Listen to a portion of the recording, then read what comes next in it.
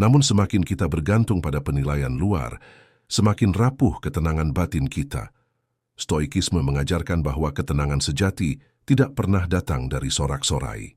Fokus pada proses sendiri jauh lebih menenangkan. Ada kedamaian yang lahir ketika kita tahu apa yang harus dikerjakan hari ini, lalu mengerjakannya dengan jujur, tanpa perlu membandingkan hasil, tanpa perlu menunggu tepuk tangan. Dalam keheningan itulah disiplin tumbuh.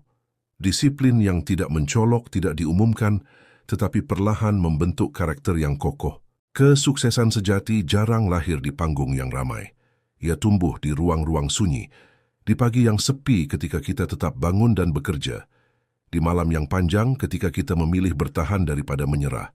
Stoik melihat semua itu sebagai latihan batin. Latihan untuk tetap setia pada proses, meski tidak ada yang melihat. Pada akhirnya, ketika kita berhenti membandingkan, kita mulai benar-benar berjalan. Langkah menjadi lebih ringan, pikiran lebih jernih, dan arah terasa lebih jelas. Bukan karena kita sudah sampai, tetapi karena kita tidak lagi tersesat dalam kehidupan orang lain. Disitulah kesuksesan mulai tumbuh, bukan sebagai tujuan yang dipamerkan, melainkan sebagai hasil alami dari disiplin sunyi yang terus dijaga. Ada hari-hari di mana usaha terasa benar-benar sia-sia. Kita sudah mencoba sebaik mungkin, sudah mengorbankan waktu, tenaga, bahkan ketenangan, namun hasil yang diharapkan belum juga muncul. Pada saat-saat seperti itu, kelelahan tidak hanya terasa di tubuh, tetapi juga di pikiran. Muncul pertanyaan yang pelan-pelan menggerogoti keyakinan.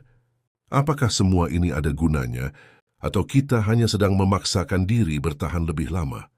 Stoikisme mengajarkan kita untuk tetap bekerja dengan baik, bahkan ketika hasil belum terlihat. Bukan karena kita yakin hasil pasti datang, tetapi karena bekerja dengan benar adalah bentuk tanggung jawab terhadap diri sendiri. Stoik tidak menggantungkan nilai hidupnya pada hasil yang belum tentu bisa ia kendalikan. Ia menilai dirinya dari kualitas usaha yang ia lakukan hari ini, bukan dari pujian atau pencapaian yang belum tercapai. Dalam dunia yang terbiasa mengukur segalanya dengan angka dan pengakuan, sikap ini terasa asing. Kita diajarkan untuk terus mengejar hasil, seolah tanpa hasil usaha tidak ada artinya. Padahal, Stoik mengingatkan bahwa banyak proses penting yang tidak langsung terlihat. Akar pohon tumbuh dalam diam, jauh sebelum batangnya tampak kokoh di permukaan. Demikian pula dengan diri kita. Banyak perubahan terjadi secara perlahan, tanpa tanda yang bisa langsung disadari. Ada nilai yang sedang dibentuk. Setiap kali kita memilih tetap jujur saat tidak ada yang mengawasi. Setiap kali kita menyelesaikan